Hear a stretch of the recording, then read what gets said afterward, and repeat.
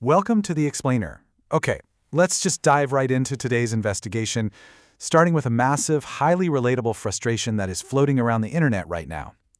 If you spent literally any time looking up personal finance content lately, you've probably noticed a super weird shift in what you're being served. Right, so if your feed has been totally bombarded with these weirdly animated, faceless financial gurus, you are definitely not alone. Just look at this perfectly put complaint from a Reddit user.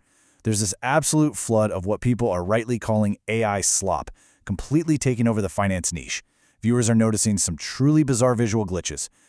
Limbs flying around for absolutely no reason, weird chins, strange noses, and these robotic voices that just completely butcher common words.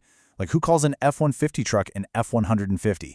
It feels incredibly cheap, it's totally mass-produced, and the comment sections are just packed with people wondering where on earth is all this coming from. Section 1. The motivation, chasing the high RPM. To figure out where this sudden influx of industrialized content is actually coming from, we've got to follow the money. And in the world of online content, well, the money always leads straight back to advertising rates. The main driver here, it's all about this $5 to $15 range. That is the expected revenue per meal, or RPM. Basically, it's the amount creators can make per 1,000 views in the highly lucrative finance niche. A tutorial creator who goes by AI Flow explicitly points out that while other niches see their ad rates jump all over the place, the finance niche, it pretty much always stays high. We're talking $5 to $15 for every 1,000 views, meaning if one of these videos hits 1 million views, that's potentially up to 15 grand in purely passive ad revenue, all generated by a channel without a real face behind it. Which brings us to Section 2, the secret pipeline, how to mass-produce financial advice. Because that ad revenue payout is just so incredibly high, an entire meta industry has popped up practically overnight, teaching people exactly how to mass-produce this content. As detailed in a Hindi tutorial by that exact same channel, AI Flow, the goal here isn't to be a financial expert at all. The goal is to build an assembly line. They follow a very specific, step-by-step automated workflow to just pump out these videos without ever showing a human face, doing a lick of original research, or even recording their own voice. First, they use Claude or ChatGPT to spin up scripts specifically designed to trigger massive FOMO, the fear of missing out. Then they take that script and feed it straight into Google AI Studio to generate a convincingly human-sounding voiceover. Next up, they use Google Visc to generate those weird cartoonish Family Guy-style images for practically every few lines of dialogue. And finally, the whole shebang gets slapped together in CapCut with really slow-paced editing so that anyone, young or old, can just passively consume it. It is literally a completely industrialized process. Section 3. Fear-mongering for views, the anatomy of clickbait.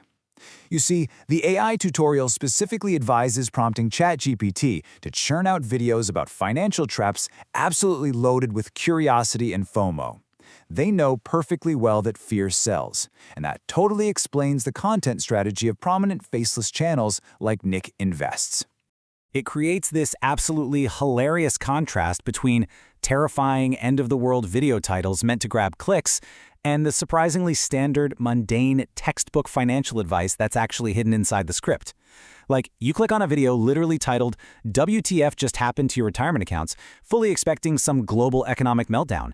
And then, 20 minutes later, this robotic voice is just calmly telling you to build a standard emergency fund. Or you click, "The beginning of the US debt collapse is here," and the video just casually explains the tax benefits of a health savings account. The packaging is pure panic, but the actual product inside, it's just standard personal finance 101. Section 4. Is the advice actually good? Breaking down the AI script. This brings us to a really crucial point. Despite the terrifying packaging and that bizarre robotic F-150 delivery, is this industrialized advice they are feeding us actually accurate? Well, surprisingly enough, yes, it kind of is. If we take a look at Nick Invest's advice on the smartest order to invest, it actually lays out a super solid traditional timeline for building wealth that pretty much any certified financial advisor would completely agree with. The AI tells viewers to start by building an emergency fund, wipe out their high-interest debt, grab the free money from an employer 401k match, fund an IRA, max out an HSA, and finally, move on to taxable accounts. These scripts even correctly highlight the massive triple tax advantage of a health savings account. The AI accurately points out that money goes in pre-tax, it grows tax-free, and it comes out tax-free from medical expenses. Honestly, this proves that the language models powering these scripts are actually incredibly good at scraping and regurgitating decent, mathematically sound financial concepts from the web. The math itself, not the problem here. Section 5. Real nuance versus AI absolutes. What human advice sounds like. To see what is totally missing from this AI slop, we really need to step away from the robots for a second and look at a human creator. Take a channel like Tom Talks Money, which tackles the deeply complex realities of homeownership with actual, lived-in perspective.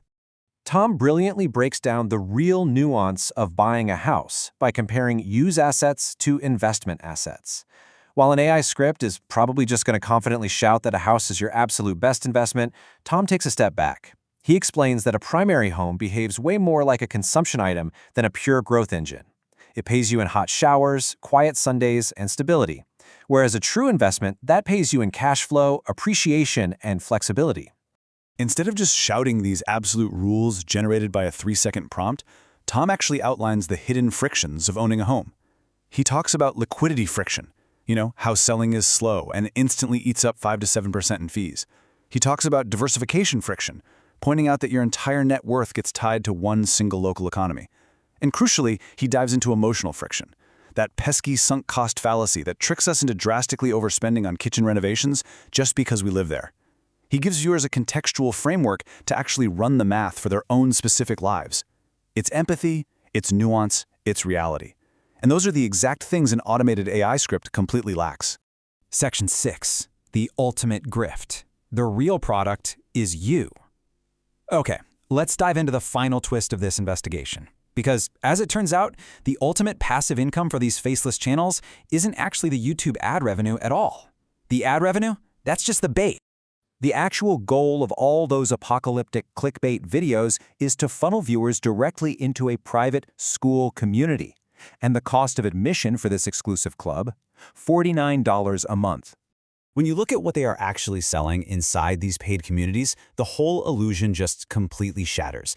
They are literally selling you the dream of escaping the 9-to-5 by charging you for a course that teaches you the exact same AI pipeline to create the very slop you just finished watching.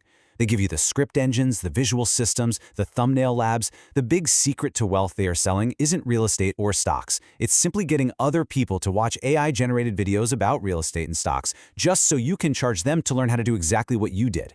Which leaves us with this final provocative thought to really ponder today.